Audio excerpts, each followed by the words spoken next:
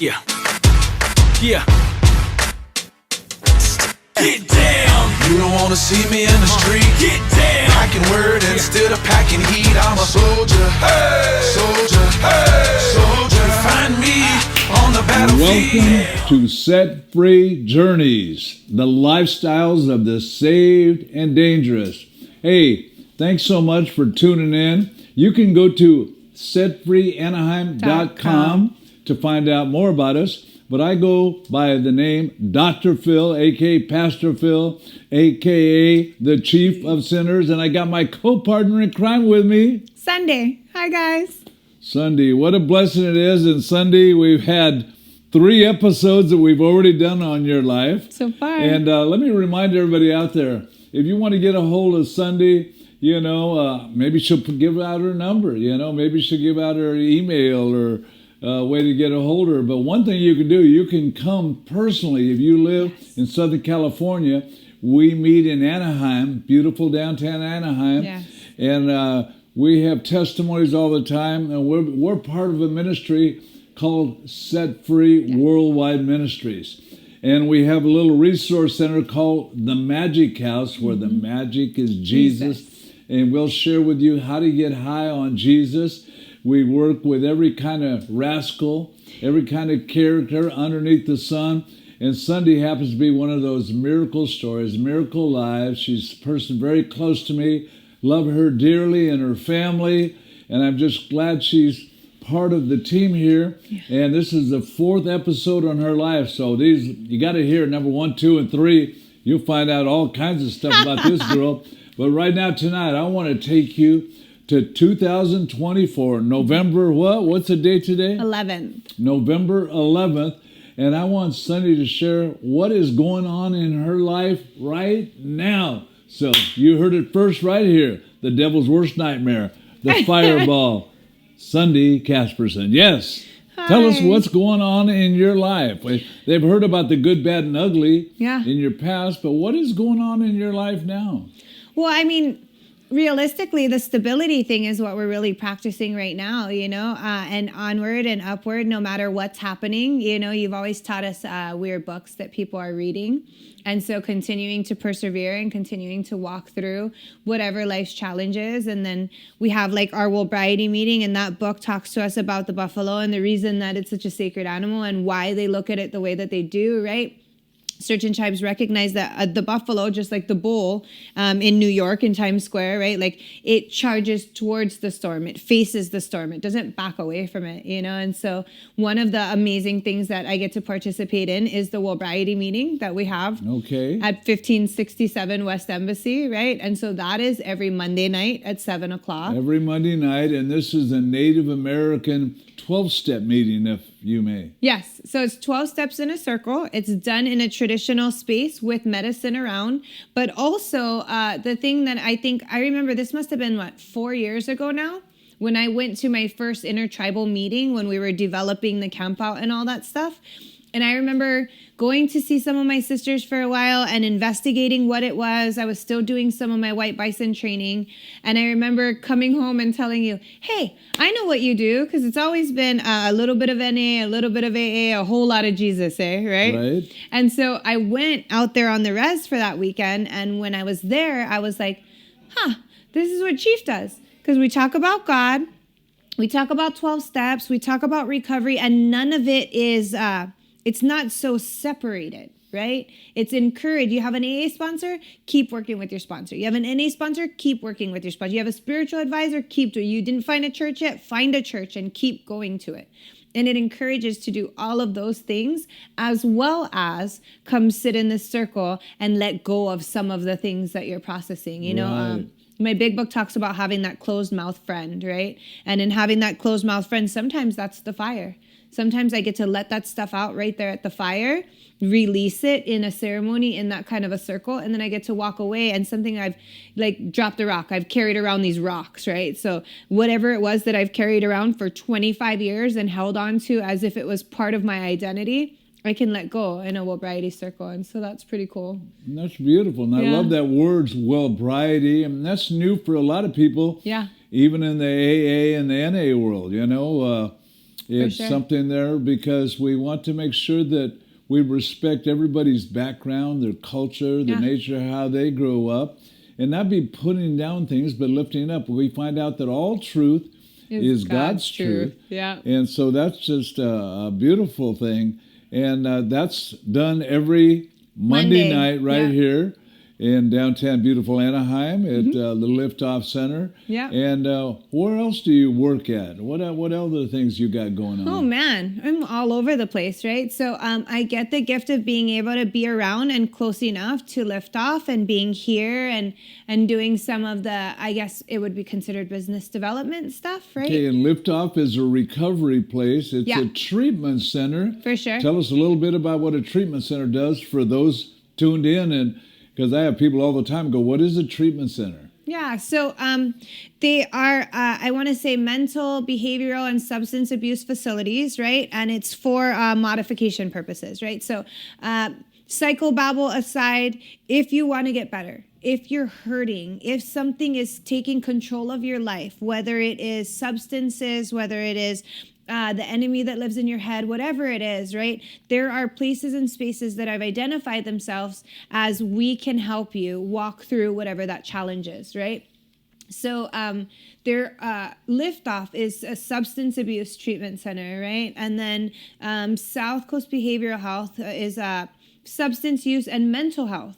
Primarily center, right? And then Enhance is also a mental health and then disorder treatment center. So whether it is eating disorder or pornography addictions or all of these other kinds of ailments that we find. And so what is an ailment? What is a something? What is a disorder? It's really just something that stops me from living my best life, right? We all have these situations in life that we encounter and we can grow or we get stuck.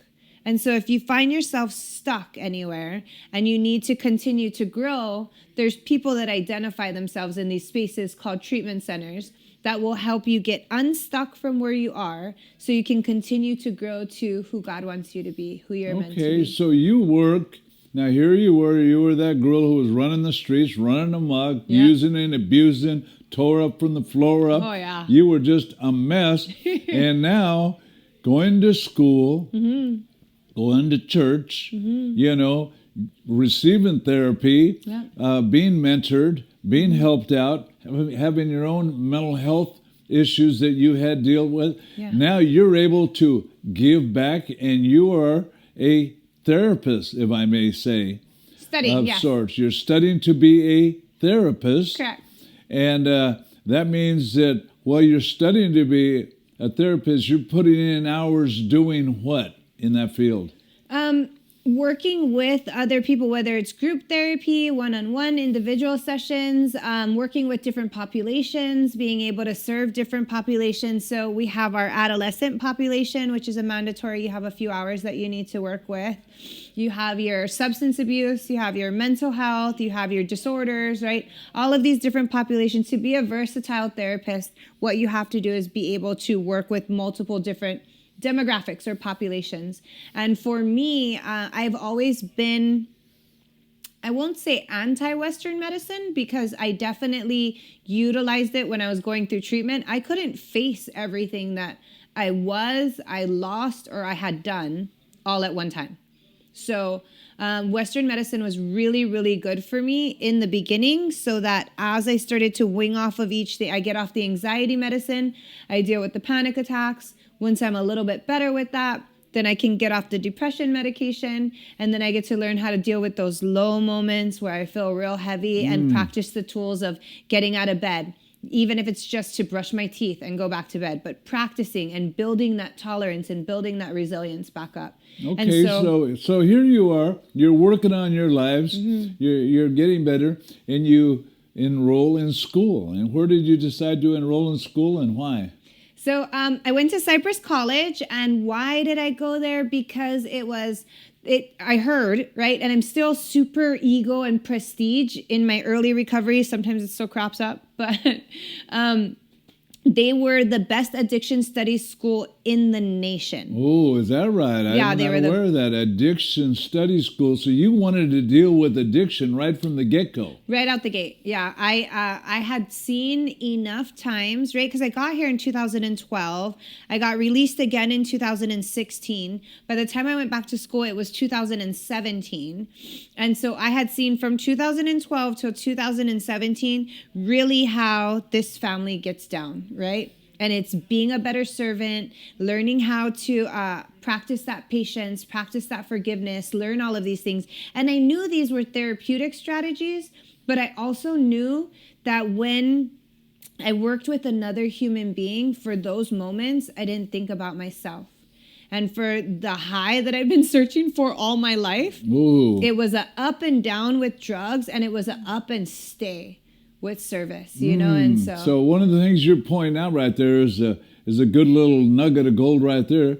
You found out, like it says, helping others, paraphrasing it like that, made you forget about your problems Yeah.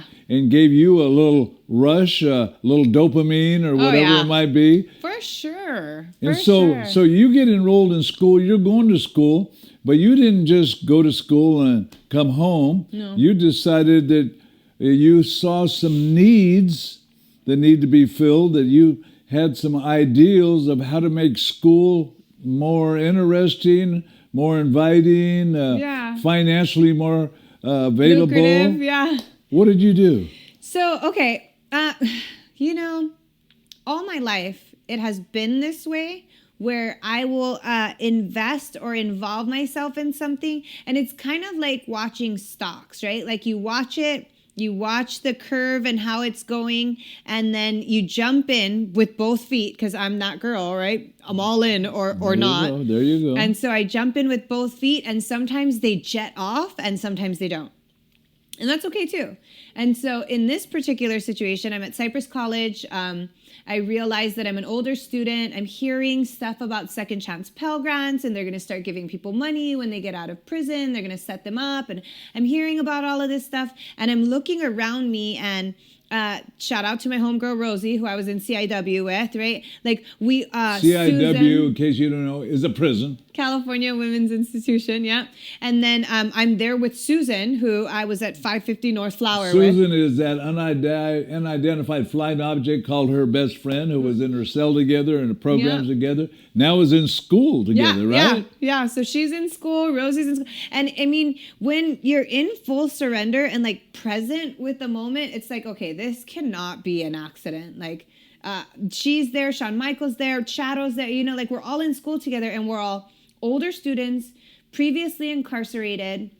And then Gregory came out of prison, and it's like, okay, so we can only hang out at Anne-Marie's office so long, right? There's so many of us, and she has an office maybe half the And size Anne-Marie of is who? So Anne-Marie is now the director of the Rising Scholars Okay, so Program. she's a person, an important little key player over at Cypress Community College. Yes. That Sunday realized, hey, they're all in their officer meeting there, but we got to, she sees a need. Yeah. Okay, and that's what you are. You're a visionary. Just recently, I was with Sunday when she got the Visionary Award for 2024 or 2023. From CCAP, yeah. Yeah, and so that's how she thinks. As a man or woman thinketh, so are we. And that's what one of the things I like about Sunday. She's thinking beyond what the physical eye can see, and she's thinking about others, which is a blessing from above. Go ahead. Yeah. So I call Anne-Marie my Michelle Pfeiffer, because if you ever watch that old movie from the 90s, I'm back in old movies. Sorry, guys. I love 90s movies. But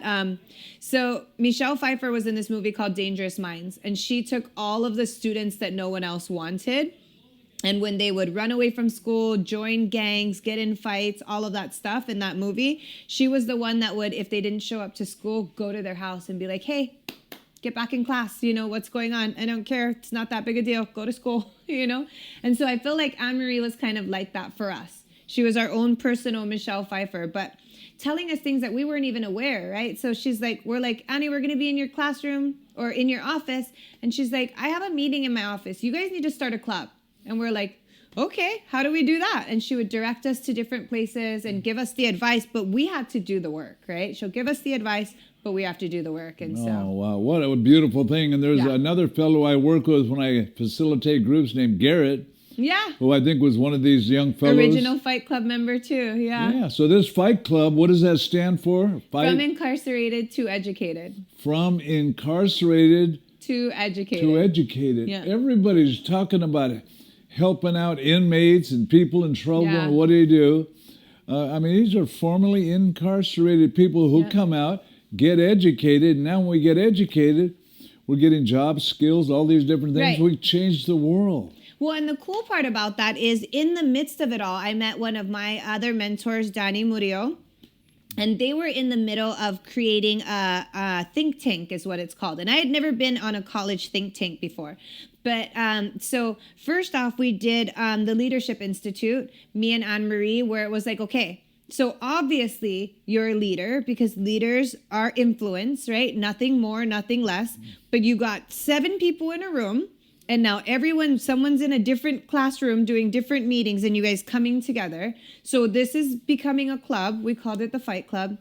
Now let's take the next step and create a program, right? Where programs are, so student clubs are run by students, right?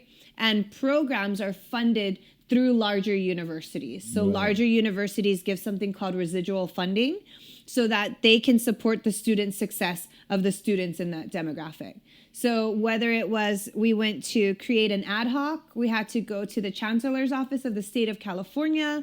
I started to learn a little bit about politics and when and how to. You're moving in big circles there. Yeah, and yeah. The next thing I do is I hear you talking about, after you met this Danny Murillo fellow, I heard you talking about going up to Berkeley. Yeah. You know, traveling around the United States, doing what?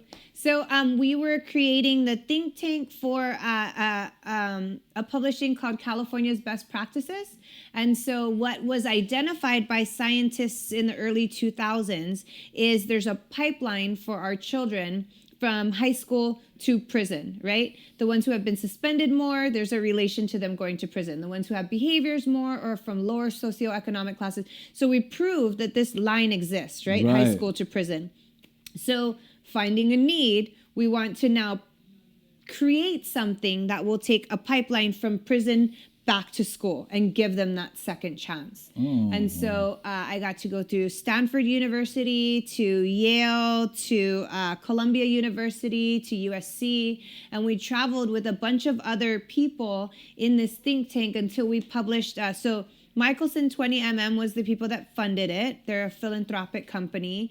And so what they said is if you come up with California's best practices, we will then take that to the politicians that need to have it, and we'll figure out a way to get the bills and laws changed so that this can actually become a thing, right? So what we saw was as we're having these think tank meetings, policies are getting shifted in different places. And now we have things like Second Chance Pell Grant. If you're a felon, you can still go back to school. You can get full funding. If you've been to prison in the last 3 years, then you'll get the Rise Up Grant, which is like you get an additional $3,000 per semester to help for your housing and all of that stuff. And then to add on to all of that, at this time, I'm working primarily with our Native students.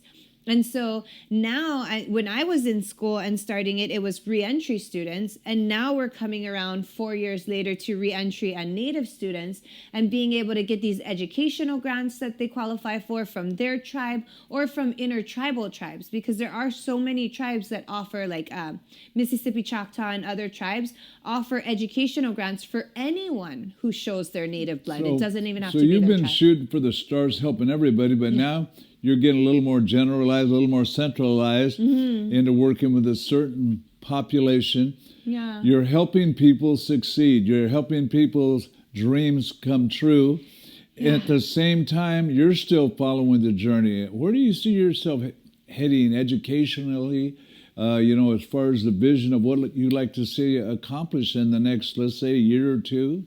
Well, it's wild that you asked that, right? Because, okay, so master's program, and then I had always said, I think up until last year, I had always said when it's like, oh, well, what is your educational goal? Like, what is my ed plan? And DOR asks you the same thing, you know, and I was always like, well, I want to be Dr. Casperson. And they're like, doctor of what? I'm like, doesn't matter, because it was still ego driven, right? Like, I just want to be doctor. Yeah, I get it. I'm Right? Dr. Phil. I get it. Yeah. Right, you know. And so that was always the thing. And then the master's program comes around, and I get to realize that doctor or master, either whichever title, the pay doesn't change. The only thing that changes is the fact that publishing.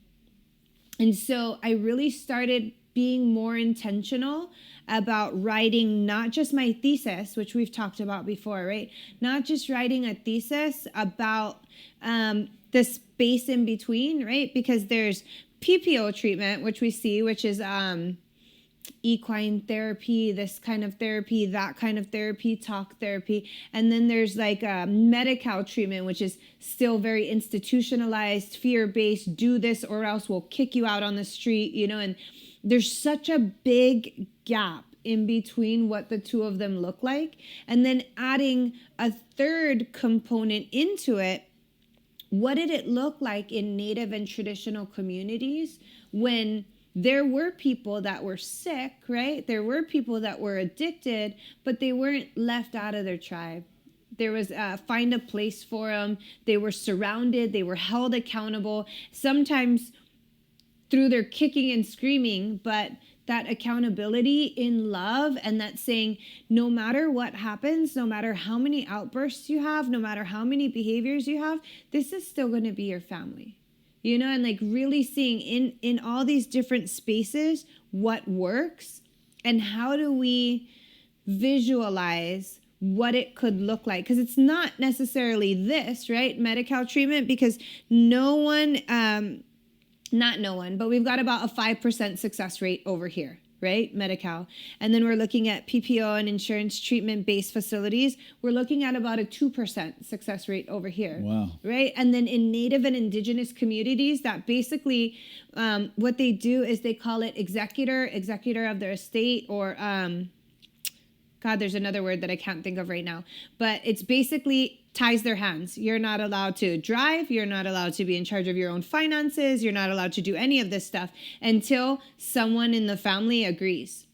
So you got to just submit, you know? And in that submission, in that obedience, they get to live their best life. And there's about a 70% success rate here. Oh, wow. Okay. But it's super extreme because there's 70% success, 22% death, right? So you get it or you don't. Those are your choices over here, right? Over here, it's look like a, walk like a, talk like a, or we kick you out and you got to wait. You got to survive for another 6 months because these waiting lists are really, really long in helping the healing process for our people, right? And then in PPO, it all depends on if you have the insurance, when you have the insurance, how much it's valued at, or whatever that looks like, what kind of it insurance.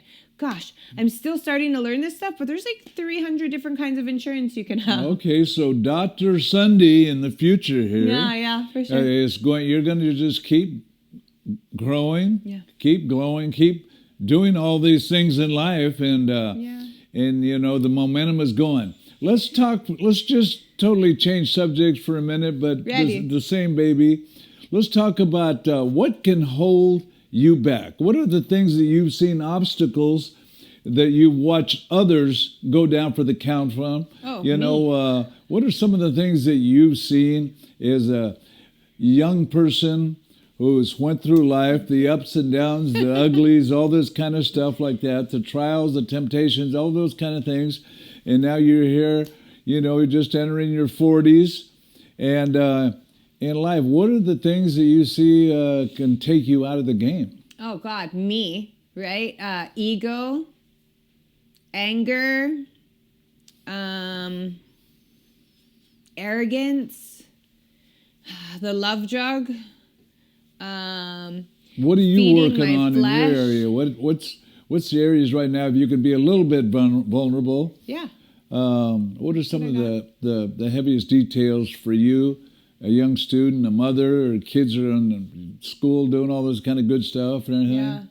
Yeah, so I think midlife crisis, right, is kind of something that's been happening lately. And I mean, that's just to put a label on it in a very general way. The layers to it is so much different.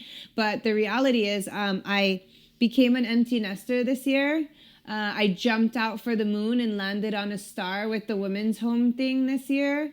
And so many people, in council is like, you're crazy. Women's home is the hardest of all homes. Yeah, and all that Sunday oversees a ladies' home we call Magic House 2 / a House of Ruth. House of Ruth, yeah. And where she's got, 6, 8 ladies at a time that live there. And I call her like the mama bear, taking care of all of her kids there. And they're all people who've had previous substance abuse, amongst other mental health issues. Correct, yeah. Well, and that's a thing too, right? Like recognizing that I'm an empty nester and that I've been a mommy for so long now, and now the babies are gone, that I'm almost mommying these girls and they're grown. And so I think we had that conversation, right? Like, go ahead. You're going to keep doing what you're doing. You're going to spoil them. They're going to bite you. Your fault. You know what I mean? And so learning that lesson the hard way for sure. Learning a lot about myself, my level of codependence that I didn't know. It's so funny because I shared about this, I think it was a couple Sundays ago when we were talking, and I was like, yeah, I remember like at first when I would hear people talk about things, because maybe it's a different generation, maybe it's just not how I was brought up, but we take it to the grave, certain things, right? Mm-hmm. And if it's about your family, you don't talk about your family outside of the house. That wasn't allowed, you know? And so I would hear people talk about what was happening outside of the house, and I'd be like, ooh, Buster, no loyalty, you know what I mean? And so that was a Sunday that was still super sick, And so now coming into it and trying to be as vulnerable as possible, recognizing that as a strength because it allows me to let go of some stuff and then being okay with when I let go of stuff. It's like, say I drop my arm and I drop one of my legs, then what do I look like without that arm and leg? New ones grow back, but are they healthier? Or am I just feeding into that toxicity over again? Or am I putting something in it real quick to fix it because I don't like the gaping hole that's living there, And so like codependence is one that I'm working on really big this year. And we know me, like alpha female, super hyper independent, always about women's rights, always about all of that stuff. Raise my kids all by myself, but not really any of that, right? I've always had a hostage. I've always had somebody by my side, and I just didn't really have them stand out front or be seen or be shown so that it looks like I did it all by myself. And I couldn't even acknowledge that a couple years ago. And so now being able to say, hey, wake up, Sunday, wake up. If you're going to speak on these things, you need to be able to do these things. And for the last 3 years, I haven't even done my own laundry. And we have a new washing machine, so I had to learn how to use it, And so just little stuff like that. Hyper codependent. I don't know what happened in my 40s, but all of a sudden I think I'm cute. And so everything else looks cute when you feel cute, And so that starts to happen. And, oh, man, I don't want to say, so original problems, right? Like substance use, that thing it's pretty gone.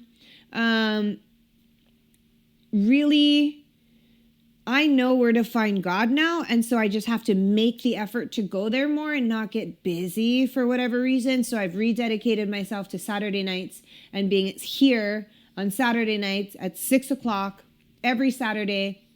No matter what, unless I'm out of the state, I'm here, Same thing with Sundays. Unless I'm out of the state, I'm here. Same thing with Mondays. Unless I'm out of the state, I'm here. Okay, and so you made some commitments. Yeah. We don't call them commitments because it's so much. As we were getting ready for this meeting here, you saw me throwing a few verbal words to some people who want to grow up, but there's a thing called discipline. There's a thing called discipleship. I'm sure you're in agreement with. We all need mentors. Absolutely. We need life coaches. Yes. We need people who will speak into our world. We need people surrounding us who see our blind spots. I need them. You need them. We all need them. And so here you are at this stage. You've accomplished so much. Yeah. But as you start getting closer to the top of Mount Everest, the obstacles in the weather conditions even get crazier, you know, and the need for strength and agilities and certain abilities that you've learned along the way, you got to hold on even more. And any leader knows that, you know.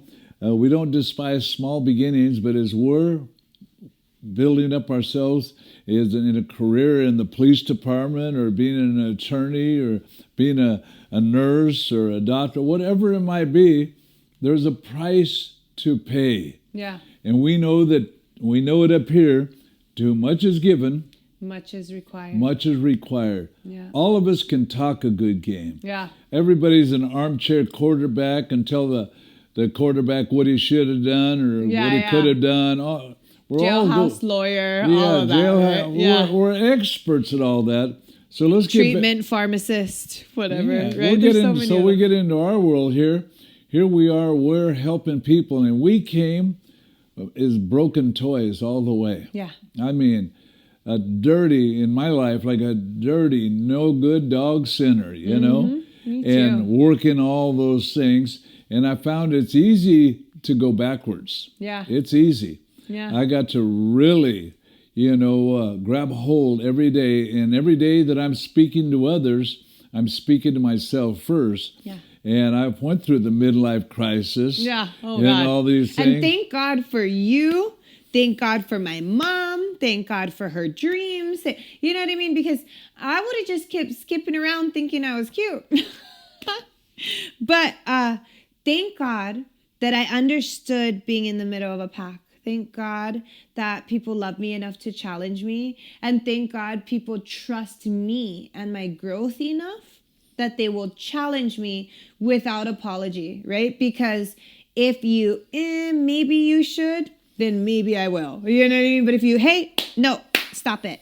I can understand that. Yeah, You know? and one of the things that we're all human beings. Yeah. We're all open books being read of others. There's cameras everywhere nowadays. It's true. Somebody's watching all of our lives. You know, when I was doing a group today, the average clean time was about 35 days sober, clean off of fentanyl, drugs, alcohol, benzos, all that kind of stuff. Yeah. So here they all recognize that they're an influence to each other, that they're all watching each other's lives, that there's somebody there.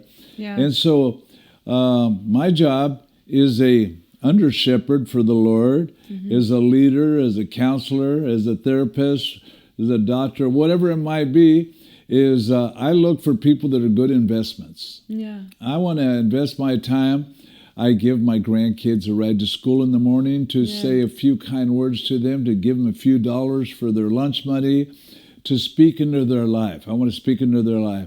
I speak into family members. I speak into my wife's life. I speak into rascals that come in, new hoodlums every day. I just got through writing a court letter right now for somebody going to court tonight.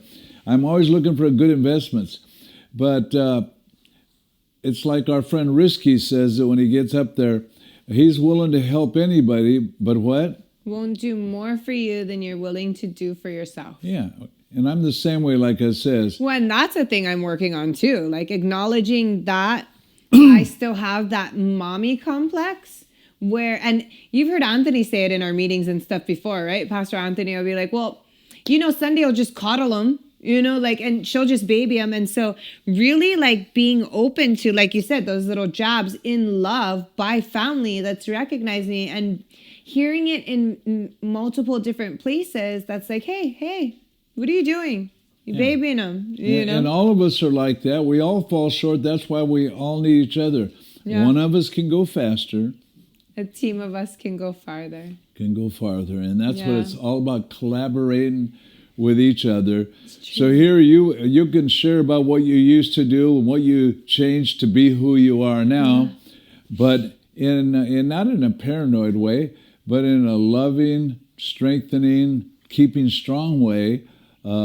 We've got to watch out for the signposts. Somebody got me a little sign yesterday, gave it to me. It says, "Do not touch." And immediately I wanted to Touch it. touch it.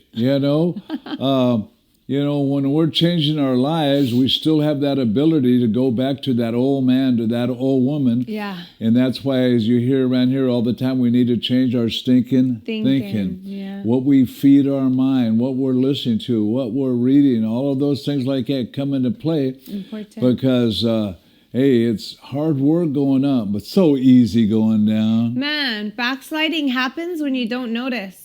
And so even that like intentionality, right? Like being present. And I mean, we talked about it earlier on a positive trajectory, but if you're not intentional and paying attention, like I trick my own self, you know, what did you say? Play ventriloquist for God. Oh yeah. Right? I've done it so many times to myself, and hindsight's 20/20. It's cool when you notice it afterwards. But man, if we can have people that we trust enough, I think me and Susan had this conversation this month too. And it was like, okay, bestie, I'm going to need you to challenge me more.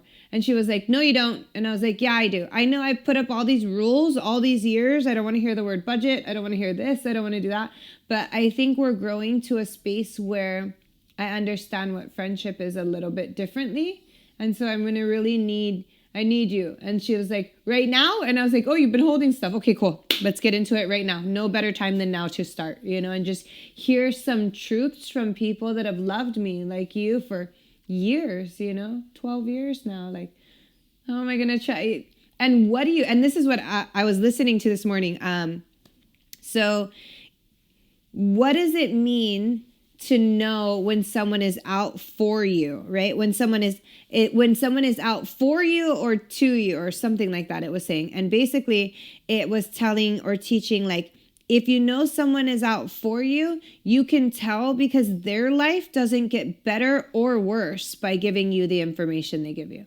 It has no effect on their life, right? And so I can recognize those people. Mm-hmm. You, my dad, my Susan, Brother Vincent, you know what I mean? Like I can recognize those people. Anthony, Trina Joy, I can recognize those people in my life. Zoe, right?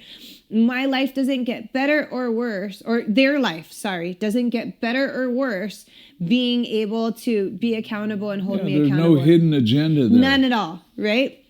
And then how do you know that they're out to, it was out to love you or out to get you or something like that.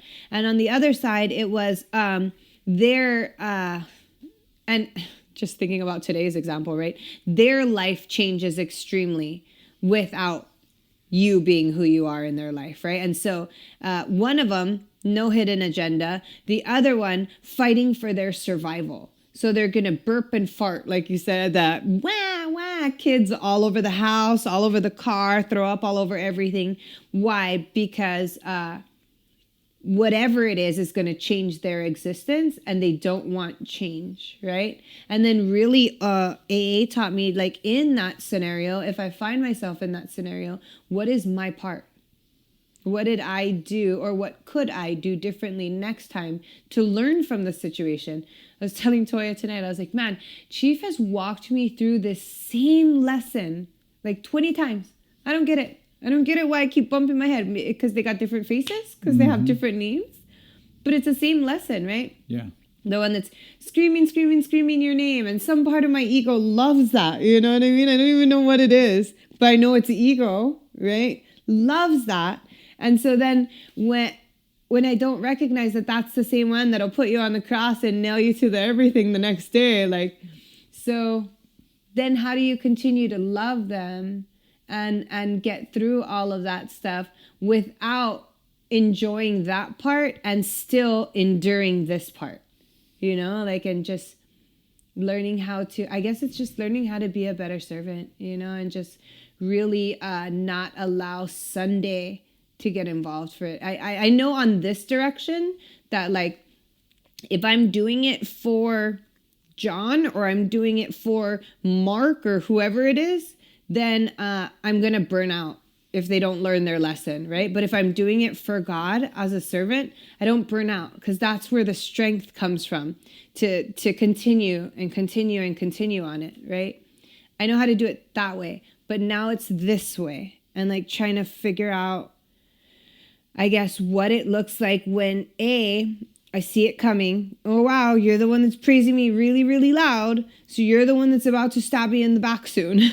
Mm-hmm. And knowing that that's going to happen and doing that still with the joy of the Lord and not like, why would you talk about me? I loved you. You know what I mean? And all of that stuff. And so I think I got it this way. And now I'm learning it this way. And so, yeah. Wow. Well, let me tell you, here we are on the fourth episode, fourth interview, and we could go on for months, actually, because Sunday, in my world, like I says, I watch how she blesses so many people, and I don't want that to stop. Yeah.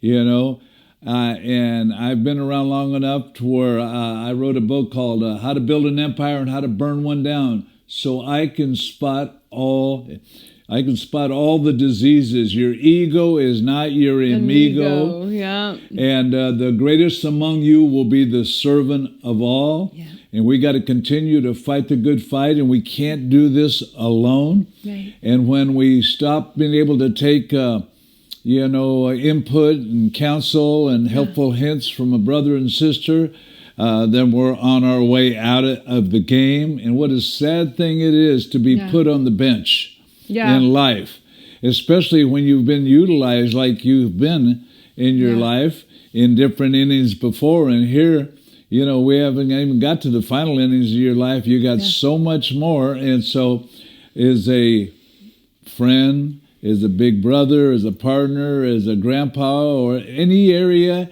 that I can be in my life, like I said, helping trying to protect the people that are doing our audio and video right now. There are people in our lives that I see every day, and I try to speak into their lives to help build them up, whatever it might be. And so listen, we're talking about the lifestyles of the saved and dangerous, and this is one saved and dangerous human being, Sunday Casperson. And if you come to Anaheim, or you come anywhere near as beautiful downtown Anaheim to go visit Disneyland, we're just a rock throw away. Yeah. You can come down here and meet Sunday live and in person, because I'm not going to give you any more info on her life for today. We'll save it for another little interview coming up. But we are Set Free Worldwide Ministries, the Magic House Resource Center. We are Magic House 2 with the ladies' home right now. We have Liftoff Recovery, where we have our own detox program. Sunday works for, what's the name of the places you work at? Liftoff, South Coast Behavioral Health, Enhanced Health Group, so many different, and just along the way, right? Like being the Magic House Resource Center and really understanding this generation of treatment and the industry, being able to consult with so many different places, so many different companies. There's Intertribal Treatment, Hi Robin Val, right? There's Sacred Path Resource Center, not the Sober Livings because they're not around anymore, but the Resource Center, where there's aunties down there that are teaching all kinds of traditional classes, and it's all for free. And we were making a joke about this the other week, like who knew it was going to take me 15 treatment centers in Southern California to finally land at Cooper Fellowship and get it, so that I could come back and be a servant and like really understand the concept of the paradox of service, And so then now we are a resource center where when it comes to if you need interview clothes, we know where Micah's Way is. If you need birth certificate vouchers, any of these things, all because we bumped and bruised our way through getting kicked out of a bunch of places. I was a single mom for a while, so finding all those resources of where I can get a $20 voucher and a free bus pass and a free voucher for an ID or social security card. Like we have all of that stuff because we went on this really crazy whatever style journey, and now it wasn't purposeless, right? Now it all has purpose because it's to give it to the next little brother or next little sister or next big brother or next big sister that shows up, because they're in that step right now, right? And we don't know who's on what step, where, and when, and none of that matters. We just serve when we can. You got to, when you take your next trip to Southern California, or if you live close. Lately, we've been having all kinds of new visitors. Yeah. Because we have Saturday night Set Free Church. Yes. In downtown Anaheim, we have Sunday night at a recovery meeting, the biggest recovery meeting around here at the Magic Warehouse. And then on Monday nights, we have Wellbriety. yeah. We have a beautiful turnout of Native American brothers and sisters, and Yeah. anybody's welcome to come. My phone number is 714-400-4573. Who else is going to give you their personal phone number Not but the me. chief, Dr. Phil, you know? Yeah, and we're at 1567 West Embassy in Anaheim. And so Saturday night, Sunday night, and Monday night, we start at around 6 o'clock, sometimes 6:30, sometimes 7. But the goal is to be there about 5:30, 6 o'clock p.m. We have coffee, we have snacks. They're all open meetings. It's open church. We invite you, we welcome you, we dare you. We to dare show you up. to come out here. We love it. Sunday, I can't wait for them to come and meet you personally, to come down and meet us all personally. You're You're the welcome goat, here. not me. We got great music. Oh Yeah, my gosh, yeah. we got it going on. We have fun. on our Sunday night recovery meetings. People go, man, I didn't realize I could have so much fun sober. Yeah. You Yeah. know, and we just laughter was uncomfortable for so long, you know? Like I can still remember it was like almost a year into my recovery the first time I had that real belly laugh, the kind like you don't even have a sound out of your mouth. So it laugh. was this Sunday night. Yeah, last it was night. Oh so my God. good. So good. Anyway, hey, till we see you again soon, tune in. Set Free Journeys, lifestyles of the saved and dangerous. And don't forget our website, setfreeanaheim.com. You can visit the website at any time. We have updates of the podcast. We have our YouTube channel. We have Magic House Enterprises. We have a Magic Hour Recovery podcast. We have wellness products. We have a Go Give Anywhere page. But all of that is linked together at setfreeanaheim.com. Love you. Bye. Yeah. Woo! Yeah. Get down. You don't wanna see me in the street. Get down. Packing word instead of packing heat. I'm a soldier. Hey, soldier. Hey, soldier. Find me on the battlefield. Get down. You don't wanna see me in the street. Get down. Packing word instead of packing heat. I'm a soldier. Hey,